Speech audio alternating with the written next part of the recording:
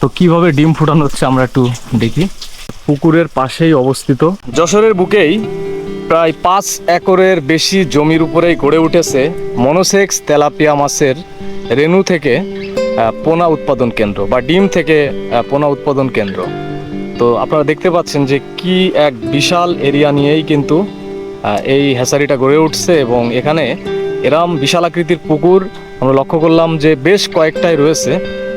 তো এই হ্যাচারিটা আজকে আমরা পুরোটা ঘুরে ঘুরে দেখার চেষ্টা করছি যে আসলে কিভাবে মাছের ডিম থেকে রেণুতে রূপান্তর করা হয় এবং রেণু থেকে সেটা আস্তে আস্তে বড় মাছ হয়ে যায়, এবং এই মাছ রেণু দুটাই কিন্তু বিদেশে রপ্তানি করা হয়। আসসালামু আলাইকুম, welcome back to my channel. আপনারা দেখছেন গ্রিন ওয়েভ। তো আমরা গ্রিন ওয়েভ সবসময় চেষ্টা করি সবসময় উৎপাদন, কৃষি এগুলো আপনাদের সামনে তুলে ধরার জন্য। তো আজকে একটু ভিন্ন ধরনের একটা ভিডিও দিচ্ছি। আমরা আজকে এমন একটা মাছের হ্যাচারিতে এসেছি, এটা বলা যায় যে একটা ল্যাব, মাছের ল্যাব বলে ভুল হবে না, কারণ এখানে সম্পূর্ণ বিজ্ঞানসম্মত উপায়ে আধুনিক পদ্ধতিতে তেলাপিয়া মনোসেক্সের রেণু থেকে পোনা থেকে মাছ কিভাবে উৎপাদন করা হয় এই বিষয়টা আপনাদেরকে আমরা দেখাবো। এবং একটা বিষয় বলে রাখি, এখান থেকে মাছ উৎপাদনের পরে এটা সরাসরি বিদেশে চলে যায়। তো আসি এই মুহূর্তে যশোর জেলার মনিরামপুর থানার ভবদহ গ্রামে। প্রথমবার দেখলে একটু অবাক লাগতে পারে যে আসলে এটা কি জিনিস, তবে জিনিসটা দেখতে কিন্তু খুবই সুন্দর। আর এই সুন্দরের মধ্যে লুকিয়ে আছে আরো সুন্দর কিছু, সেটি হচ্ছে আধুনিক পদ্ধতিতে মনোসেক্স তেলাপিয়া চাষ করা হচ্ছে। এবং এখন যে স্পটটা দেখতে পাচ্ছেন, এটি হচ্ছে মোটামুটি হরমোন টেস্টিং স্পট বলা হয়। এই যে পুকুরের মধ্যে ছোট ছোট নেট দিয়ে যে ছোট ছোট জলাশয়গুলো তৈরি করা হয়েছে, এর মধ্যেই মোটামুটি তেলাপিয়ার মনোসেক্সের যে ভার্সন আছে এটার হরমোন টেস্ট চলতেছে। তো হরমোন টেস্ট পরিপূর্ণ হওয়ার পরেই যেটা হবে যে এই অপোজিটেই কিন্তু পুকুর আছে, এই পুকুরগুলোতে মাছগুলো চলে আসবে এবং এই মাছগুলো এখানেই বড় হবে। বড় হওয়ার পরেই এগুলাকে বাজারজাত করা হবে। এইগুলাকে বলা হয় মাছের জার, যেখানে ডিম ফোটানোর কাজে ব্যবহার হয়। আমরা দেখতে পাচ্ছি গোল আকৃতির কিছু একটা বানানো, এবং এর মধ্যে থেকেই কিন্তু ডিম ফোটানোর কাজে এই জায়গাটা ব্যবহার করা হয়। তো কিভাবে ডিম ফোটানো হচ্ছে আমরা একটু দেখি।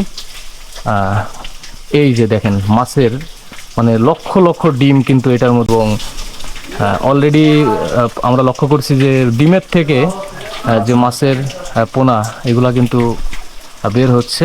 তো এই যে এটার মধ্যে রাখা থাকে। দাদা আমাদেরকে খুব সুন্দরভাবে দেখালো জিনিসটা। এভাবেই একটা পাইপের মাধ্যমে যে নিচে যে গামলাটা দেখতে পাচ্ছেন, সেখানে ডিমগুলো শোধন করা হচ্ছে, ময়লা শোধন করা হচ্ছে। একটা জিনিস লক্ষ্য করেন, এটা হচ্ছে পুকুর, আর পুকুরের পাশেই অবস্থিত মাছের ডিম থেকে পোনা বের করার যে ল্যাবরেটরি, সেটি কিন্তু এখানে অবস্থিত। এরপরে যখন পোনাগুলো একটু বড় হয় তখন এই পুকুরেই হচ্ছে ছেড়ে দেওয়া হয়। তারপরে সেগুলো বড় হলে সেগুলো বিদেশে সরাসরি এখান থেকে বিদেশে তারা ইম্পোর্ট করে থাকেন। তো এখান থেকে পোনা মাছগুলো যখন পলি করে, মানে পলিথিনের মধ্যে পলি করে যখন পাঠানো হয়, তখন কিন্তু এই যে অক্সিজেন দেখতে পাচ্ছেন, এই অক্সিজেন করে দেওয়া হয়। আমরা দেখি যে ওটা অনেক সময় ফুলে থাকে, তার মানে মাছ যখন দীর্ঘ সময় ধরে কোথাও যাবে তখন মাছটা ভালো থাকবে, মরবে না। তো ভিউয়ার্স, আমরা এই মুহূর্তে দাঁড়িয়ে আছি একটা ল্যাবরেটরিতে, যেখানে মনোসেক্সের হ্যাচারি বলা হয়। মনোসেক্স তেলাপিয়া যেটা আছে, সেই তেলাপিয়ার কিন্তু রেণু থেকে কিভাবে মাছের পোনা তৈরি করা হয়, এই যে অংশটা দেখতে পাচ্ছেন, এই টোটাল অংশতে সম্পূর্ণ আধুনিক পদ্ধতিতে বিজ্ঞানসম্মত উপায়ে এই মাছের পোনাগুলো কিন্তু রেডি করা হচ্ছে। কত ধরনের প্রযুক্তি আমরা এখানে সে লক্ষ্য করছি, যে মাছের রেণু থেকে পোনা করার জন্য কত ধরনের প্রচেষ্টার পরেই এটা সম্ভব হয়, এবং কত কিছুই এখানে আছে। দেখতে পাচ্ছেন যে এই যে এখানে কিন্তু মাছ আমরা দেখতে পাচ্ছি। তো আসলে আমরা যেটা দেখছি যে মাছ আমরা শুধু জানতাম যে পুকুরে হয়, কিন্তু না, এই যে ট্রে গুলাতে কিন্তু মাছের ওই পোনাগুলো রাখা থাকে। এরপরেই মোটামুটি এটা পুকুরে যায়। প্রথমে ট্রে গুলাতে রাখা থাকে, এবং ট্রে গুলা এই যে এর মধ্যে এভাবে ছাড়া থাকে। এটার মধ্যে সব মনোসেক্স। জি, ও ডিম ওখানে ফোটানোর পরে হরমোন ট্রিটমেন্ট হয় এটাতে। আচ্ছা, হরমোন ট্রিটমেন্ট হওয়ার পরে এটা কি হয়? হরমোন ট্রিটমেন্ট দেওয়ার পরেই মনোসেক্স হয়। হরমোন ট্রিটমেন্ট না দিলে মনোসেক্স হয় না। ও আচ্ছা আচ্ছা আচ্ছা। আর আমরা 72 ঘন্টা ওইখানে হাউসের ভিতরে পোনা রাখি, ওইখানে হরমোন ট্রিটমেন্ট দিই। 3 দিন খাওয়ানোর পরে হাঁপায় এনে বাকি 25 দিন খাওয়াই, খাওয়ানোর পরে মনোসেক্স হয়। আর এ আছে ব্রুট পয়েন্ট, হাতে দিলে দেখা যেত মাছ কিলকিল করতে, বড় মাছ।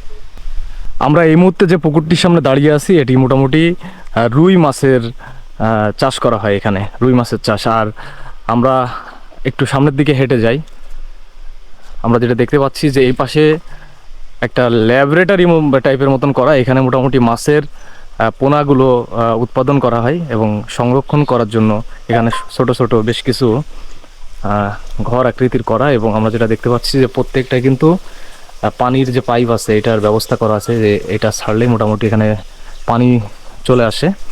তো এইগুলোর মধ্যেই কিন্তু মাছের যে পোনাগুলো আছে ওইগুলাই সংরক্ষণ করে রাখা হয়। বিশাল এক প্রজেক্ট এখানে,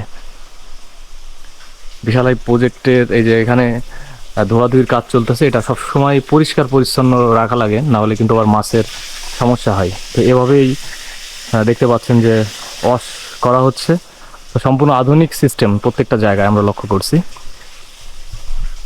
কৃষি বলেন, মাছের হ্যাচারি বলেন, যেখানেই আধুনিকতা ফলো করা হচ্ছে বা বিজ্ঞানসম্মত উপায়ে চাষবাস করা হচ্ছে সেখানেই আমরা দেখতেছি ভালো রেজাল্ট আসতেছে। তো আপনারা দেখতে পাচ্ছেন যে আমি এখন যে জায়গাটিতে দাঁড়িয়ে আছি এটি সেই মাছের প্রজেক্ট বা মাছের হ্যাচারি। তো আমরা এখান থেকে আজকে অনেক কিছু জানতে পারলাম এবং দেখলাম কিভাবে মাছের চাষ করলে বা মাছের ডিম থেকে রেণু, রেণু থেকে পোনা, পোনা থেকে মাছ, কতগুলো ধাপ আছে সবগুলো দেখে আসলে খুবই অভিভূত হলাম যে কত প্রচেষ্টার মাধ্যমে একটা মাছ সর্বশেষ আমরা পাই এবং সেটি বাজারজাত হয়। তো যারা যারা আমাদের সাথে এতক্ষণ ছিলেন এবং আমাদের সম্পূর্ণ ভিডিওটা দেখেছেন তাদেরকে অনেক বেশি ধন্যবাদ জানাচ্ছি। আর আমাদের ভিডিওটা কেমন হয়েছে অবশ্যই কমেন্টস করে জানাবেন, আর আমাদের চ্যানেলটি অবশ্যই সাবস্ক্রাইব করতে ভুলবেন না, আর লাইক শেয়ার করবেন।